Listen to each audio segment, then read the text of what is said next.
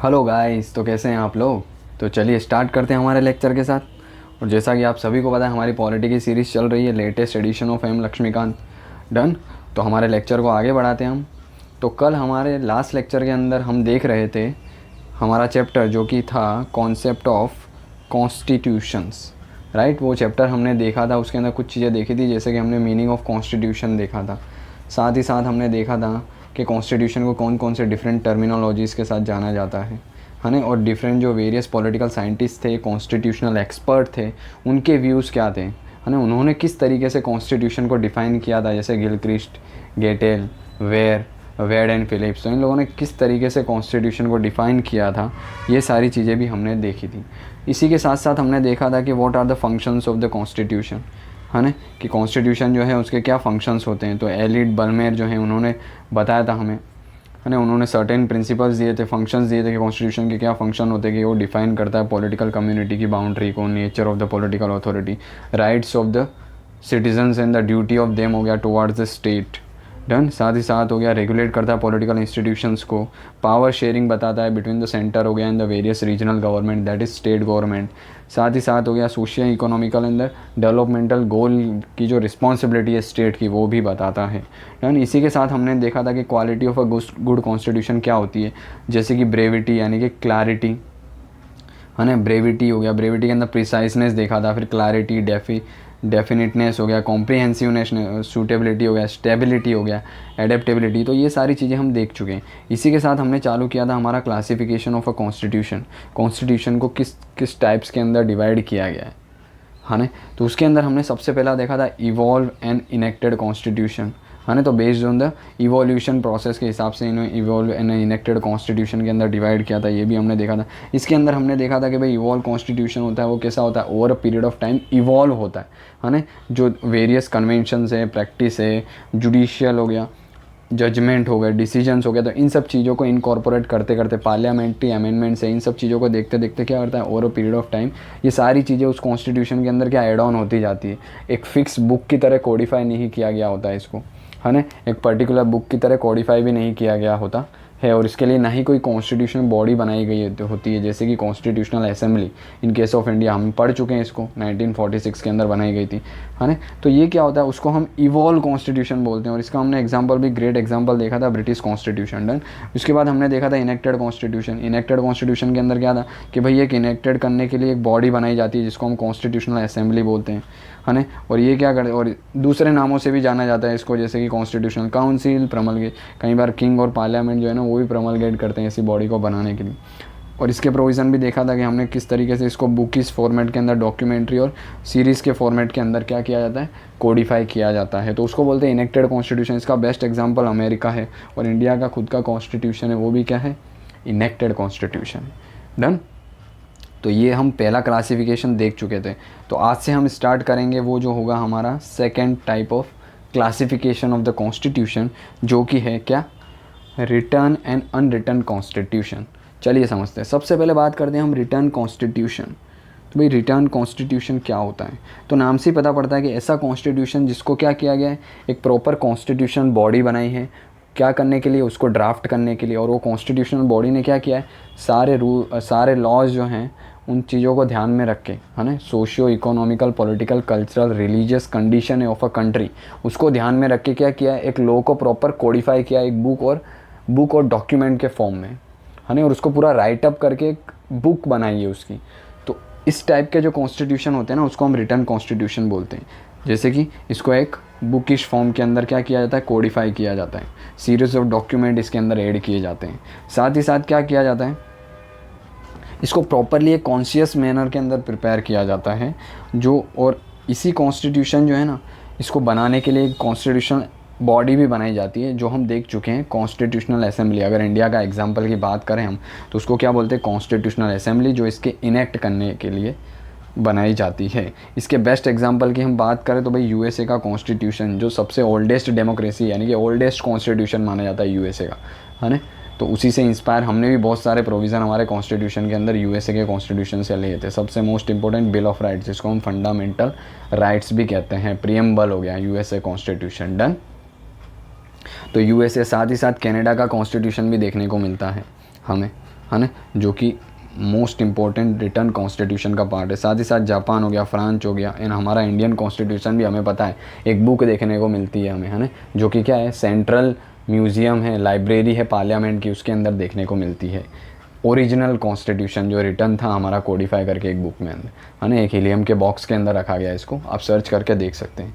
तो इसको कहते हैं हम रिटर्न कॉन्स्टिट्यूशन, और these are the some of the example हो गया ऑफ द रिटर्न कॉन्स्टिट्यूशन हो गया ओवर द एंटायर वर्ल्ड। हमारा भी रिटर्न कॉन्स्टिट्यूशन है। साथ ही साथ बोले, अब ये रिटर्न कॉन्स्टिट्यूशन को हम अगर आप समझने की कोशिश करें तो हम रिटर्न कॉन्स्टिट्यूशन को बोल सकते हैं कि इनेक्टेड कॉन्स्टिट्यूशन है। क्यों इनेक्टेड कॉन्स्टिट्यूशन है? क्यों इनेक्टेड कॉन्स्टिट्यूशन है? क्यों? क्योंकि इनेक्टेड कॉन्स्टिट्यूशन में भी क्या होता है, इनेक्ट करने के लिए एक बॉडी बनाई जाती है जिसको हम क्या बोलते हैं, कॉन्स्टिट्यूशनल असेंबली बोलते हैं। सेम हमको देखने को मिलता है रिटर्न कॉन्स्टिट्यूशन के लिए भी, फॉर्मेशन के लिए भी एक बॉडी बनाई जाती है जिसको हम क्या बोलते हैं, कॉन्स्टिट्यूशनल असेंबली बोलते हैं। डन। तो हम बोल सकते हैं, और साथ ही साथ क्या होता है, इनेक्टेड कॉन्स्टिट्यूशन भी कोडिफाई किया जाता है और रिटर्न कॉन्स्टिट्यूशन भी कोडिफाई किया जाता है। तो हम बोल सकते हैं कि इनेक्टेड कॉन्स्टिट्यूशन जो है ना, वो भी एक टाइप का क्या है, रिटर्न कॉन्स्टिट्यूशन ही है। डन।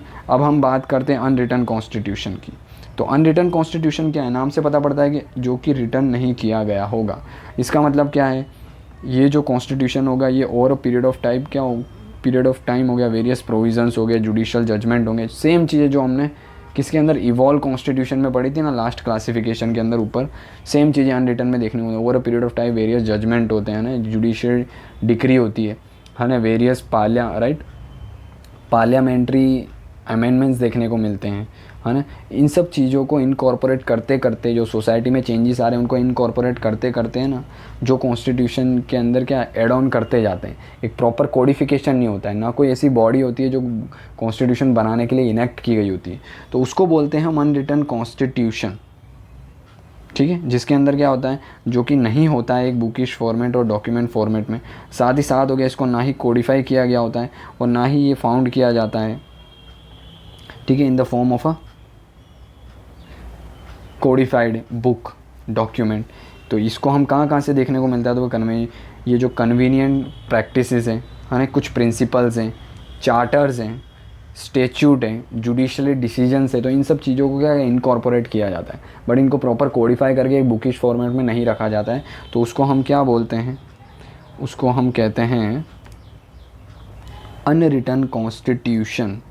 समझ में आया? तो सेम हम बोल सकते हैं कि इवॉल्व कॉन्स्टिट्यूशन भी एक टाइप का अनरिटन कॉन्स्टिट्यूशन ही है। इसके एग्जांपल की बात करें हम, तो इसके एग्जांपल क्या हो सकते हैं, तो भाई इसके एग्जांपल हैं अपना, जैसे कि यूके हो गया, है ना। यूके का इवॉल्व कॉन्स्टिट्यूशन है, इवॉल्व हुआ है over a period of time, और अभी भी ये क्या है, कोडिफाई बुकिश फॉर्म में नहीं किया गया है। डन। तो ये चीज़ें ध्यान रखना है। साथ ही साथ न्यूजीलैंड का कॉन्स्टिट्यूशन है, इजराइल का कॉन्स्टिट्यूशन है, ये सब क्या है, अनरिटन कॉन्स्टिट्यूशन हमें देखने को मिलते हैं। डन। ये नॉन डॉक्यूमेंट्री फॉर्म में देखने को मिलता है और इसको कोडिफाई भी नहीं किया गया है। तो हम बोल सकते हैं कि हमारा जो अनरिटन कॉन्स्टिट्यूशन है वो क्या है, एक टाइप का इवॉल्व कॉन्स्टिट्यूशन ही है। डन। तो सेकेंड क्लासिफिकेशन में समझ में आता है रिटर्न एंड अनरिटन कॉन्स्टिट्यूशन, जो कि वेरी सिमिलर है to the enacted and evolve constitution. Done. उसके बाद तीसरा क्लासिफिकेशन हम देखते हैं जो कि होने वाला है हमारा रिजिड एंड फ्लेक्सिबल कॉन्स्टिट्यूशन। ये क्या है, तो सबसे पहले बात करते हैं हम रिजिड कॉन्स्टिट्यूशन की। तो रिजिड कॉन्स्टिट्यूशन क्या होता है, नाम से ही पता पड़ता है। अब रिजिड का मतलब ये नहीं है कि ऐसा कॉन्स्टिट्यूशन जिसको आप अमेंड ही नहीं कर सकते, नहीं। रिजिड का मतलब होता है कि अगर इसको आपको अमेंड करना है तो उसके लिए जो है ना, एक प्रॉपर स्पेशल प्रोसीजर आपको फॉलो करनी पड़ेगी उसको चेंज करने के लिए, उसको अमेंड करने के लिए। इसीलिए इसको रिजिड कॉन्स्टिट्यूशन बोला जाता है। फॉर एग्जांपल इंडिया की बात करते हैं तो इंडिया के अंदर अगर आपको कॉन्स्टिट्यूशन को चेंज करना है अंडर आर्टिकल 368, जो कि हम पहले देख चुके हैं, तो आपको क्या करना पड़ेगा, स्पेशल मेजोरिटी फॉलो करनी पड़ेगी। तो स्पेशल मेजोरिटी यूज़ करेंगे फिर ही आप कॉन्स्टिट्यूशन को फॉलो कर कॉन्स्टिट्यूशन को क्या कर सकते हैं, अमेंड कर सकते हैं। और ये स्पेशल मेजोरिटी के 4 फ्लेवर हम लास्ट लेक्चर के अंदर देख चुके हैं ना, 2/3 present and voting, 2/3 present and voting plus absolute majority. और एब्सोल्यूट मेजोरिटी में क्या देखा था हमने, more than 50% of entire strength of the house, that is Lok Sabha के केस में हम बात करें तो लोकसभा में क्या है 543 देखने को मिलती है, इसके मोर देन 50%, तो वो क्या होती है एब्सोल्यूट स्ट्रेंथ। तो सेकंड टाइप ऑफ मेजोरिटी क्या थी स्पेशल में, 2/3 present and voting plus absolute majority. फिर थर्ड देखी थी कि 2/3 present and voting plus absolute majority plus ratification by more than half of the state with the simple majority. फिर fourth भी देखी थी इम्पीचमेंट ऑफ द प्रेसिडेंट के लिए, है ना, more than 2/3 of the entire strength of the house, है ना, 362 के समथिंग देखने को मिलती है। तो ये जो स्पेशल प्रोसीजर है इसका यूज़ करके ना जिस कॉन्स्टिट्यूशन को अमेंड किया जाता है, यानी सिंपल प्रोसीजर या ऑर्डिनरी लॉ या सिंपल मेजोरिटी का यूज़ करके हम उस कॉन्स्टिट्यूशन को अमेंड नहीं कर सकते, तो ऐसे कॉन्स्टिट्यूशन को बोलते हैं हम रिजिड कॉन्स्टिट्यूशन, है ना। रिजिड का मतलब ये नहीं होता है कि उसको आप चेंज ही नहीं कर सकते, नहीं। रिजिड का मतलब ये होता है कि कॉन्स्टिट्यूशन को चेंज करना जो थोड़ा टफ होता है, यानी उसके अंदर स्टेट को कंसिडर भी किया जाता है और एक प्रॉपर स्पेसिफिक प्रोसीजर है उसको फॉलो करना होता है। इन केस ऑफ इंडिया तो वो है special majority under article 368। Done. तो ये है रिजिड कॉन्स्टिट्यूशन। और ये क्या होता है, ये ऑर्डिनरी लॉ है ना और कॉन्स्टिट्यूशनल लॉ दोनों को अलग करती है। इसका मतलब क्या, ऑर्डिनरी लॉ होगा आपका तो आपको पता है कि आपको सिंपल मेजोरिटी से पास करना है, तो ऑर्डिनरी लॉ तो आपको सिंपल मेजोरिटी से पास कर दिए जाते हैं। और ये जो सिंपल मेजोरिटी से पास किए गए लॉ हैं, इंडिया के कॉन्टेक्स्ट में बात कर रहा हूँ, ये कॉन्स्टिट्यूशनल अमेंडमेंट के रूप में नहीं जाने जाते। तो कॉन्स्टिट्यूशनल अमेंडमेंट के लिए आपको स्पेशल प्रोसीजर फॉलो करनी पड़ती है, और ये स्पेशल प्रोसीजर जो है ना वो कॉन्स्टिट्यूशनल लॉ के लिए की जाती है। तो इन शॉर्ट रिजिड कॉन्स्टिट्यूशन क्या कर रहा है, ये कॉन्स्टिट्यूशनल लॉ को अलग कर रहा है और साथ ही साथ ऑर्डिनरी लॉ को अलग कर रहा है। क्योंकि ऑर्डिनरी लॉ को आप सिंपल मेजोरिटी से क्या कर दोगे, अमेंडमेंट कर दोगे, बाकी कॉन्स्टिट्यूशनल लॉ है तो उसके लिए आपको स्पेशल मेजोरिटी की रिक्वायरमेंट होती है ना। अब ये रिजिड कॉन्स्टिट्यूशन कहाँ देखने को मिलता है, तो हमको यूएसए के अंदर देखने को मिलता है ना। साथ ही साथ हमें देखने को मिलता है ऑस्ट्रेलिया के अंदर और स्विट्ज़रलैंड के अंदर भी देखने को मिलता है। डन। अब हम बात करते हैं फ्लेक्सिबल कॉन्स्टिट्यूशन की। तो रिजिड कॉन्स्टिट्यूशन आई होप आप सबको क्लियर होगा एकदम। अब हम बात करें फ्लेक्सिबल कॉन्स्टिट्यूशन। तो फ्लेक्सिबल कॉन्स्टिट्यूशन क्या होता है, तो फ्लेक्सिबल कॉन्स्टिट्यूशन ऐसा होता है जो कि क्या करता है, कॉन्स्टिट्यूशन के लिए कोई स्पेशल प्रोसीजर ऐसी कोई नहीं है अमेंड करने के लिए। फॉर एग्जांपल आप सिंपल मेजोरिटी के थ्रू भी क्या कर सकते हो, कॉन्स्टिट्यूशन के उस प्रोसीजर को यानी कि उस प्रोविज़न को आप अमेंड कर सकते हो, है ना। एकदम सिंपल मेजोरिटी और एकदम सिंपल प्रोसेस के थ्रू आप वो जो कॉन्स्टिट्यूशन होता है जिसको हम बोलते हैं फ्लेक्सिबल कॉन्स्टिट्यूशन उसको अमेंड कर सकते हो। यानी ऑर्डिनरी प्रोसेस आपको यूज़ करनी होती है कॉन्स्टिट्यूशन को अमेंड करने के लिए, और वो ऑर्डिनरी प्रोसेस है वो कौन सी है, सिंपल मेजोरिटी। सिंपल मेजोरिटी के चैप्टर में हम देख चुके हैं, जो कि है क्या होती है, more than 50% of present and voting. Done. Simple majority हम देख चुके हैं। तो इसी सिंपल मेजोरिटी का यूज़ करके क्या किया जाता है, फ्लेक्सिबल कॉन्स्टिट्यूशन है उसको अमेंड कर दिया जाता है। कोई स्पेसिफिक प्रोसेस नहीं होती है, यानी कि स्पेशल मेजोरिटी जैसा कुछ नहीं होता है, इसीलिए हम इसको फ्लेक्सिबल कॉन्स्टिट्यूशन बोलते हैं, ईजी टू अमेंड। डन। जैसे कि हम बात करें यूके हो गया, न्यूजीलैंड का कॉन्स्टिट्यूशन ईजी टू अमेंड है, ठीक है। साथ ही साथ हो गया स्पेशल प्रोसीजर की ज़रूरत होती नहीं है, जो हम देख चुके हैं। और इट डज़ नॉट हो गया सेपरेट और डिस्टिंग्विश हो गया between the ordinary law and constitutional law. भाई कॉन्स्टिट्यूशनल लॉ है तो उसको भी सिंपल मेजोरिटी से कर दो, ऑर्डिनरी लॉ है तो उसको भी सिंपल मेजोरिटी से कर दो। तो ये चीज़ें हमें फ्लेक्सिबल कॉन्स्टिट्यूशन के अंदर देखने को मिलती है, अनलाइक रिजिड कॉन्स्टिट्यूशन जहाँ पे क्या होता है आपको कॉन्स्टिट्यूशनल अमेंडमेंट करने के लिए स्पेशल प्रोसीजर को फॉलो करना पड़ता है, जो कि है आपकी स्पेशल मेजोरिटी। राइट, क्लियर है। डन। अब इंडिया के कॉन्टेक्स्ट में बात करें तो भाई इंडिया क्या है, तो अगर हम इंडिया की बात करें ना तो इंडिया जो है ना इसके अंदर हम जानते हैं हमारे कॉन्स्टिट्यूशन के अंदर सिंपल मेजोरिटी भी देखने को मिलती है हमारे कॉन्स्टिट्यूशन में, और साथ साथ में हमें स्पेशल मेजोरिटी भी देखने को मिलती है। इसका मतलब क्या है, हमारा कॉन्स्टिट्यूशन जो है वो ऑर्डिनरी लॉ यानी कि सिंपल मेजोरिटी से भी अमेंड किया जा सकता है, और हमारा जो कॉन्स्टिट्यूशन है वो स्पेशल मेजोरिटी से भी अमेंड किया था। बट सिंपल मेजोरिटी से जो भी हम अमेंडमेंट करेंगे उसको हम कॉन्स्टिट्यूशनल अमेंडमेंट नहीं बोलेंगे, अंडर आर्टिकल 368। डन। अगर आपको अंडर आर्टिकल 368 अमेंडमेंट करना है तो वो सिर्फ और सिर्फ आप स्पेशल मेजोरिटी के जो फ्लेवर्स हैं 4 फ्लेवर वहीं से कर सकते हो। यानी एक्चुअल तो 2 ही फ्लेवर हैं सेंटर के, क्योंकि फर्स्ट फ्लेवर जो है और लास्ट फ्लेवर हो गया वो तो किसके लिए, इम्पीचमेंट के लिए और रिमूवल के लिए यूज़ होता है ज़्यादातर, ठीक है। तो हमारे कॉन्स्टिट्यूशन में कुछ प्रोविज़न जो हैं आप क्या कर सकते हो, उसको इजीली सिंपल मेजोरिटी के साथ अमेंड कर सकते हो, जबकि कुछ प्रोविज़न ऐसे हैं जिनके लिए आपको स्पेशल मेजोरिटी की रिक्वायरमेंट होती है। तो हम क्या करें, हमारा कॉन्स्टिट्यूशन कैसा है, सिंपल मेजोरिटी से भी अमेंड हो जाता है, स्पेशल मेजोरिटी से भी अमेंड हो जाता है। इसका मतलब हम नेदर रिजिड हैं नॉर फ्लेक्सिबल हैं। बाकी सिंथेसिस हम क्या है, सिंथेसिस ऑफ बोथ देखने को मिलता है। तो इंडियन कॉन्स्टिट्यूशन को सिंपल मेजोरिटी से भी यानी ऑर्डिनरी लॉ के थ्रू भी अमेंड किया जा सकता है, यानी ये फ्लेक्सिबल भी है, साथ ही साथ स्पेशल मेजोरिटी यानी कि स्पेशल लॉ के थ्रू भी अमेंड किया जा सकता है, इसीलिए ये क्या है, रिजिड भी है। तो दोनों का मिश्रण यानी कि दोनों का मिक्सचर देखने को मिलता है, जिसको हम बोलते हैं सिंथेसिस ऑफ बोथ। डन। तो समझ में आ गया, रिजिड कॉन्स्टिट्यूशन, फ्लेक्सिबल कॉन्स्टिट्यूशन और इंडियन कॉन्स्टिट्यूशन जो कि क्या है, सिंथेसिस ऑफ बोथ देखने को मिलता है। Done, right. तो चलिए अब हम स्टार्ट करते हैं, नेक्स्ट क्लासिफिकेशन की बात करते हैं। डन। अब नेक्स्ट क्लासिफिकेशन क्या देखने को मिलता है हमको, तो नेक्स्ट क्लासिफिकेशन जो है वो है federal and unitary constitution. Done. अब फेडरल और यूनिटरी कॉन्स्टिट्यूशन क्या होता है, ये हम पहले भी डिस्कस कर चुके हैं, है ना, कि भाई फेडरल क्या होता है और यूनिटरी क्या होता है। तो फेडरल का मतलब होता है, सबसे पहले तो हम जानते हैं कि भाई distribution of power between union and state. Federal का मतलब यही होता है कि भाई सेंट्रल लेवल पे एक गवर्नमेंट होगी और स्टेट लेवल पे गवर्नमेंट होगी, दोनों की पावर जो है वो क्या होगी, सेपरेट होगी, फिक्स होगी। 7 शेड्यूल हमारा यही बात करता है ना। तो फेडरल कॉन्स्टिट्यूशन कैसा कॉन्स्टिट्यूशन होता है, जिसके अंदर जो है ना पावर जो है ना between the national government and the regional यानी कि स्टेट गवर्नमेंट वो फिक्स होती है, कि भाई सेंटर जो है उसकी पावर ये है। जैसे हमारे कॉन्स्टिट्यूशन की बात करें 7 शेड्यूल के अंदर, है ना, यूनियन लिस्ट है यानी कि यूनियन की पावर फिक्स है, राइट डाउन की गई है, जैसे कि नेशनल सिक्योरिटी, जैसे कि कम्युनिकेशन, बैंकिंग, इंटरनेशनल अफेयर्स, है ना, ये क्या है, रेलवे, ये सब चीज़ें क्या है यूनियन लिस्ट में, यानी कि यूनियन के पास पावर है, अथॉरिटी है लॉ बनाने की, पार्लियामेंट के पास। वैसे स्टेट लिस्ट है, स्टेट लिस्ट के अंदर क्या है, पावर जो है वो क्या है, स्टेट को दी गई है, जैसे कि law and order, police, gambling, है ना, हेल्थ, हेल्थ हो गया, हेल्थ को तो कॉन्करेंट हेल्थ, हाँ हेल्थ। फिर एजुकेशन, कॉन्करेंट लिस्ट की बात करें तो एजुकेशन आ जाएगी आपकी, साथ ही साथ आपको मैरिज, डाइवोर्स, एडॉप्शन हो गया, ये सब कॉन्करेंट लिस्ट का पार्ट देखने को मिलते हैं, है ना।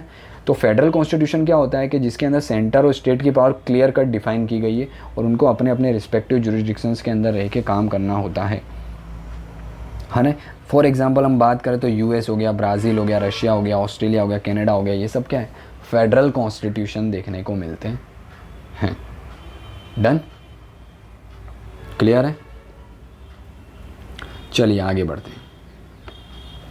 अब नेक्स्ट की बात करें हम तो है यूनिटरी कॉन्स्टिट्यूशन। अब यूनिटरी कॉन्स्टिट्यूशन क्या होता है, फेडरल में देखा डिस्ट्रीब्यूशन ऑफ पावर देखी सेंटर और स्टेट के दोनों के बीच में होती है।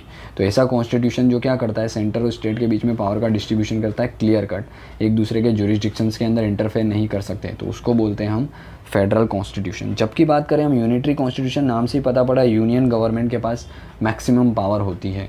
तो इसके अंदर क्या होता है, रीजनल गवर्नमेंट जो है ना वो एक सब ऑर्डिनेट की तरह काम करती है, किसके, यूनियन गवर्नमेंट के, है ना। नेशनल गवर्नमेंट जो है ना वो एक्सरसाइज करती है फुल पावर, और उसको लगता है तो वो कुछ पावर क्या होती है, स्टेट को डेलीगेट करती है, डिस्ट्रीब्यूट नहीं करती, याद रखना। डिस्ट्रीब्यूट का मतलब होता है सेपरेट कर दिया, यानी 100% दे दिया। अब यूनियन के हाथ में ये पावर नहीं है कि उसको वापस ले लो, डिस्ट्रीब्यूशन का मतलब ये होता है। पर अब जब डेलीगेट की बात करेंगे ना तो डिस्क्रिशन होता है यूनियन का।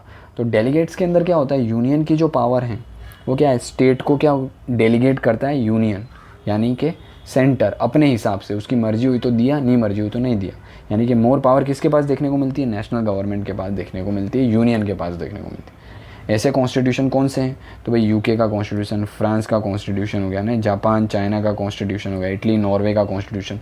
यहाँ पे आपको क्या देखने को मिलेगा कि ये जो कॉन्स्टिट्यूशन है यहाँ पे सेंटर के पास ज़्यादा पावर है, यानी कि नेशनल गवर्नमेंट के पास ज़्यादा पावर है एज़ कम्पेयर टू स्टेट, और स्टेट को पावर डेलीगेट की जाती है और डिस्क्रिशन होता है उनके पास, ज़रूरी नहीं है देना ही है, देना कंपलसरी वो फेडरल कॉन्स्टिट्यूशन के अंदर देखने को मिलता है। डन। अब इंडिया की कॉन्टेक्स्ट की बात करें तो इंडियन कॉन्स्टिट्यूशन कैसा है, तो भाई इंडियन कॉन्स्टिट्यूशन की बात करें ना तो हमारे अंदर कुछ फीचर हैं ऐसे फेडरल फीचर्स भी देखने को मिलते हैं, जबकि कुछ फीचर जो है ना हमारे यूनिटरी भी देखने को मिलते हैं।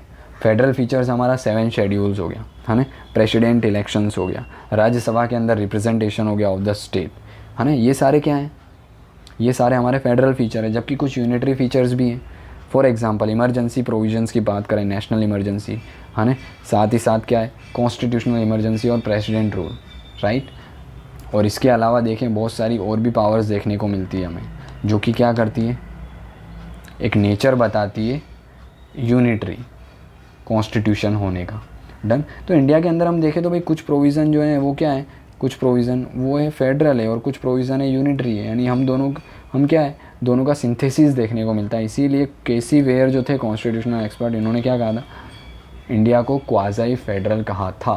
डन। तो Indian constitution is the synthesis of both, that is on the on one hand it is the federal constitution, but on the other hand it also become the unitary constitution in some extraordinary circumstances. Done. That's why the Casey Ware called this constitution as a quasi federal constitution. Right? Understand? चलिए आगे बढ़ते हैं। तो unitary और federal constitution most important classification है, ये आपको समझना जरूरी है। फेडरल का मतलब क्या होता है? Distribution of power between state and union, clear cut distribution. इसीलिए फेडरलिज्म हम जब बात करेंगे तब भी यही होगा, distribution of power between state and centre, जहाँ पे यूनियन यानी कि सेंटर जो है वो मोस्ट पावरफुल नहीं है, स्टेट के पास भी अपना रिस्पेक्टिव डोमेन है ना, जुरिस्डिक्शन से, और नेशनल के पास भी अपना, जबकि यूनिटरी में सेंटर के पास हो गया ओवरऑल पावर देखने को मिलती है ना, और वो डेलीगेट करता है पावर, उससे सही लगता है तो, बाकी नहीं करता है। डन। और इंडियन स्टेट जो है ना वो क्या है, इंडियन कॉन्स्टिट्यूशन है वो क्वासी फेडरल है, दोनों का सिंथेसिस देखने को मिलता है। क्लियर है? ओके, चलिए आगे बढ़ते हैं। फिर एक और कॉन्स्टिट्यूशन की हम बात करें, लास्ट जो हमें क्लासिफिकेशन देखने को मिलता है कॉन्स्टिट्यूशन का, तो वो है हमारा प्रोसीजरल, है ना, प्रोसीजरल और प्रिस्क्रिप्टिव कॉन्स्टिट्यूशन। अब नाम से ही पता पड़ेगा आपको प्रोसीजरल। तो प्रोसीजरल कॉन्स्टिट्यूशन कैसा कॉन्स्टिट्यूशन होता है, जिसके अंदर आपको क्लियर कट प्रोसीजर लिखी होती है कि भाई how government will functions, government है वो कैसे फंक्शंस करेगी, गवर्नमेंट के वेरियस ऑर्गन्स है, मिनिस्ट्रीज़ है, डिपार्टमेंट्स हैं, वो कैसे फंक्शंस करेंगे, है ना। साथ ही साथ जो है हमको ऑर्गन्स, लेजिस्लेचर है, एग्जीक्यूटिव है, जुडिशरी हो गया, इनकी क्या पावर रहेगी, रोल रिस्पॉन्सिबिलिटी क्या रहेगी, ये सब क्लियर कट जो है ना क्या होता है, प्रोसीजर के फॉर्म में लिखा होता है ना। तो इस टाइप के कॉन्स्टिट्यूशन को हम क्या बोलते हैं, प्रोसीजरल कॉन्स्टिट्यूशन बोलते हैं। और गवर्नमेंट के हाथ में पावर होती है जो डेमोक्रेटिक प्रोसेस है ना, फंडामेंटल ह्यूमन राइट्स हैं, सिविलियन राइट्स हैं, इन सब चीज़ों को क्या करें, प्रोटेक्ट करें। डन। तो ऐसा कॉन्स्टिट्यूशन जिसके अंदर प्रोसीजर के फॉर्म में सारी चीज़ें लिखी होती है कि भाई गवर्नमेंट की पावर क्या है, गवर्नमेंट को कैसे रन करना है अपना बिजनेस, है ना। प्रोसीजर एस्टेब्लाइज बाय द लॉ, हम पढ़ेंगे आगे फंडामेंटल राइट में कि भाई लॉ ने जो प्रोसीजर एस्टेब्लाइज किया उसके अकॉर्डिंग ही कंट्री रन होनी चाहिए, आर्बिट्री वे में नहीं होनी चाहिए, है ना। कोई डिक्टेटर नहीं होगा जो अपना डिसीजन खुद ही ले रहा है और उसके अकॉर्डिंग कंट्री रन कर रही नहीं।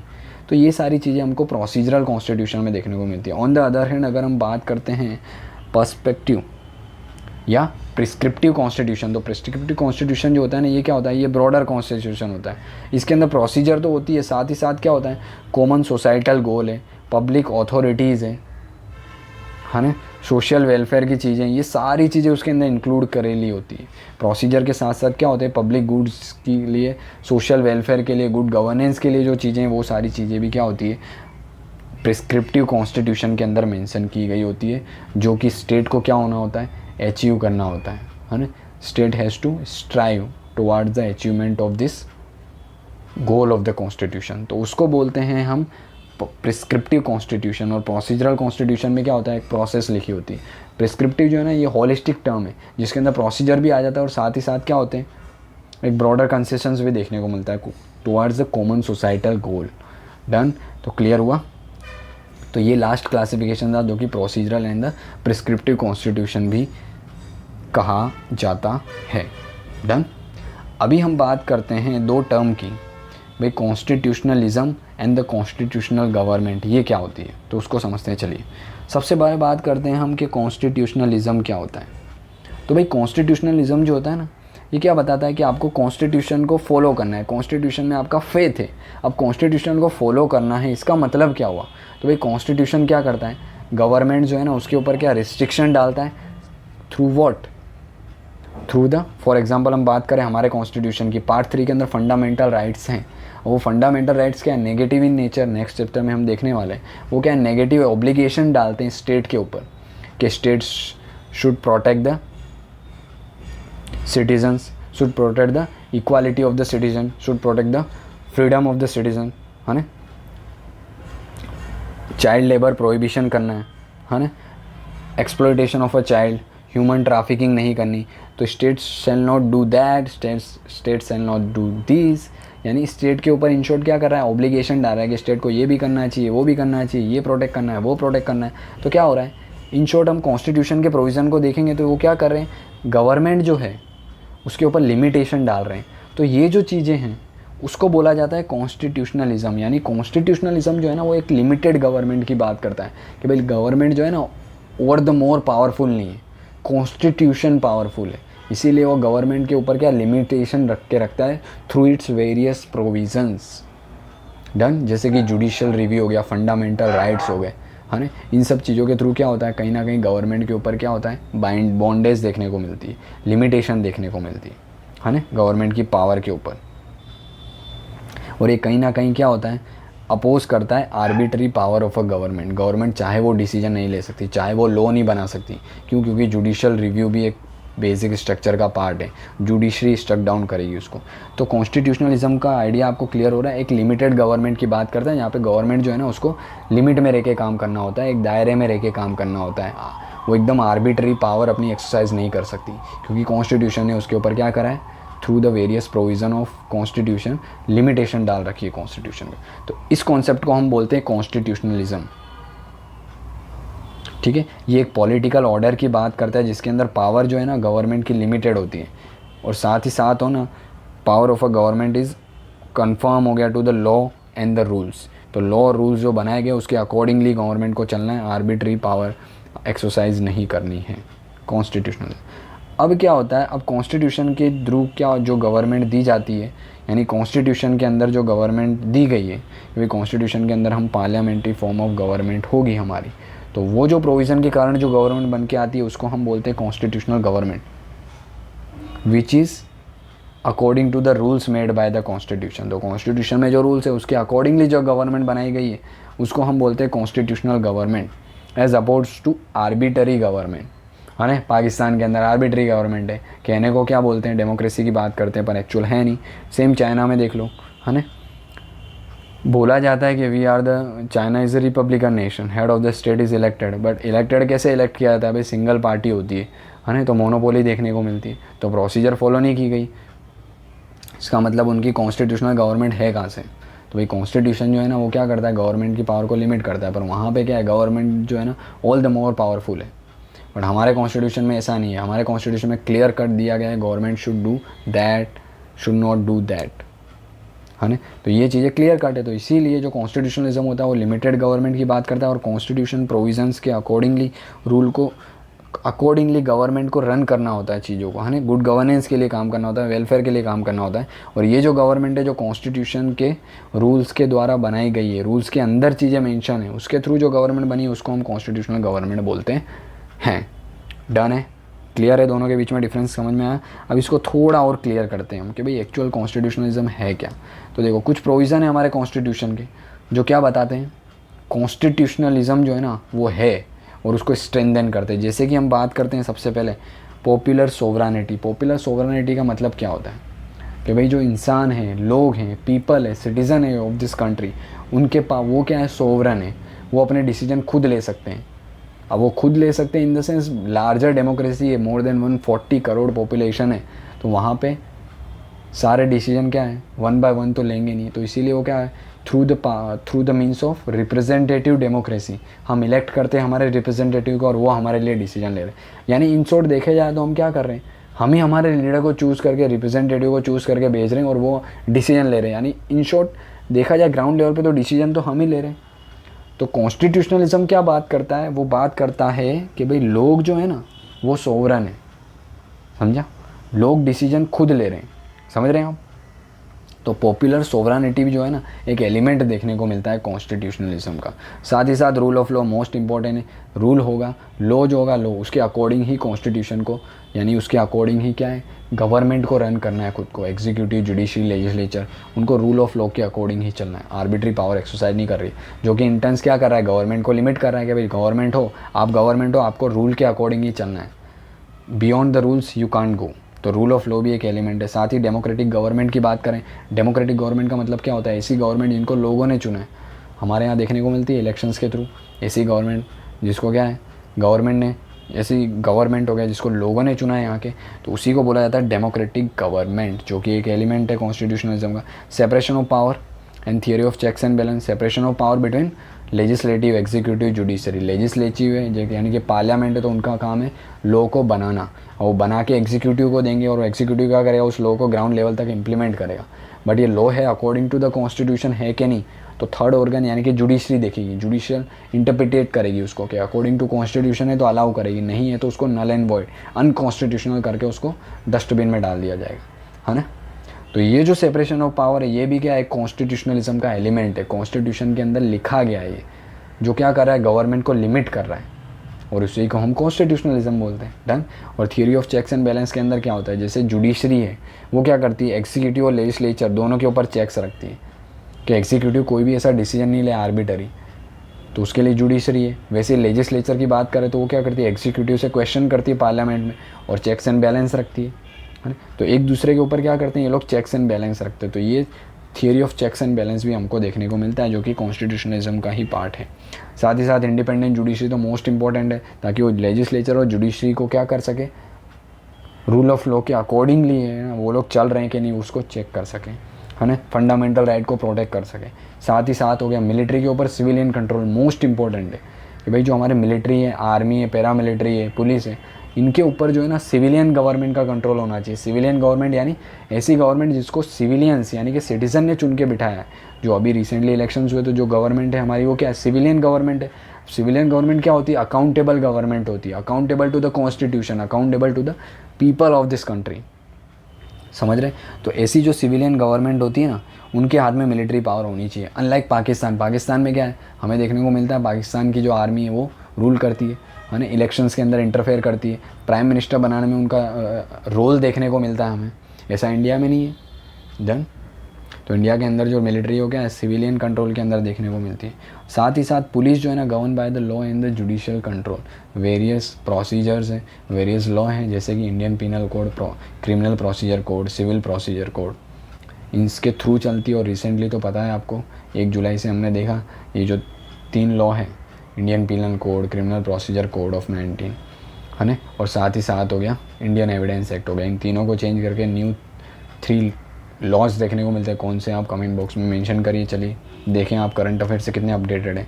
डन। तो पुलिस को गवर्न करती है, इस लॉ के द्वारा आर्बिट्री एक्शन नहीं ले सकती। साथ ही साथ हो गया respect of the individual right, most important है। फंडामेंटल राइट क्या है, यही बताता है कि स्टेट को कैसे प्रोटेक्ट करना है इंडिविजुअल राइट्स को। तो ये सारे एलिमेंट हमें देखने को मिलते हैं जो कि कहीं ना कहीं कॉन्स्टिट्यूशनलिज्म की ओर क्या करते हैं, इशारा करते हैं। डन। इसके अलावा आप देखेंगे तो कुछ ऐसे कॉन्स्टिट्यूशनल एक्सपर्ट हैं जिन्होंने अपनी डेफिनेशन दी है कॉन्स्टिट्यूशनलिज्म की।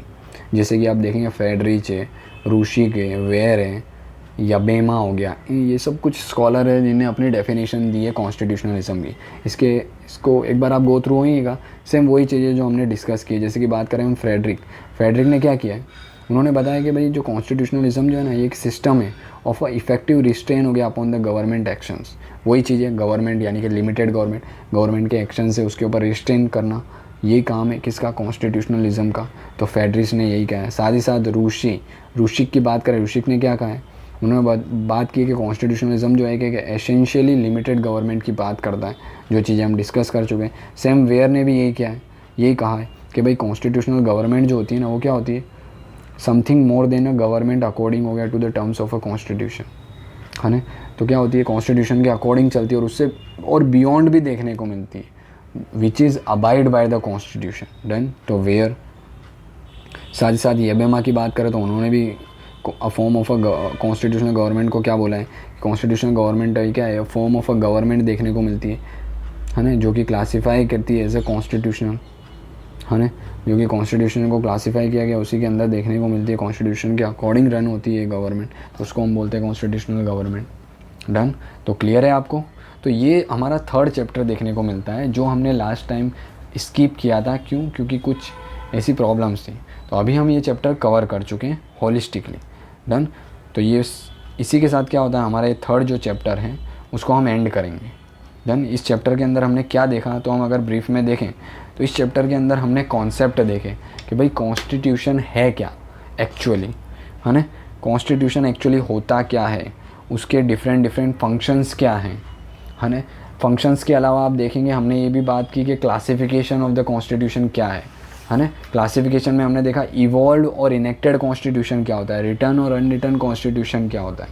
फेडरल और यूनिटरी कॉन्स्टिट्यूशन क्या होता है, रिजिड एंड फ्लेक्सिबल कॉन्स्टिट्यूशन क्या होता है, प्रोसीजरल एंड प्रिस्क्रिप्टिव कॉन्स्टिट्यूशन क्या होता है। डन। इसी के साथ हमने ये भी देखा कि कॉन्स्टिट्यूशनलिज्म और कॉन्स्टिट्यूशनल गवर्नमेंट के बीच में क्या फ़र्क है। वेरियस जो स्कॉलर्स हैं उनकी डेफिनेशन भी देखी और साथ ही साथ हमने ये भी देखा कि what are the element of constitutionalism जो कि इंश्योर करते हैं कि गवर्नमेंट इंडिया के अंदर या वर्ल्ड के अंदर कॉन्स्टिट्यूशनलिज्म है। तो कैसे पता चलेगा, तो ये सारे कुछ एलिमेंट्स देखे थे हमने, उसके थ्रू पता चलता है। पॉपुलर सोनारिटी, rule of law, etcetera and etcetera. Done. तो ये था हमारा आज का चैप्टर। इसी के साथ हम इस चैप्टर को एंड करेंगे और हम मिलेंगे नेक्स्ट लेक्चर में नए टॉपिक के साथ और नए चैप्टर के साथ। डन। तो अगर आपको ये वीडियो अच्छा लगा हो तो प्लीज़ लाइक करिए, शेयर करिए और थोड़ा सपोर्ट करिए, ताकि हमारे जो इनिशिएटिव हैं भाई हर एक जो स्टूडेंट है जो अफोर्ड नहीं कर सकते उनके साथ पहुंचना, ये फुलफ़िल किया जा सके। डन। तो बस इसी के साथ हम इस लेक्चर को कंक्लूड करेंगे आज। तब तक के लिए जय हिंद।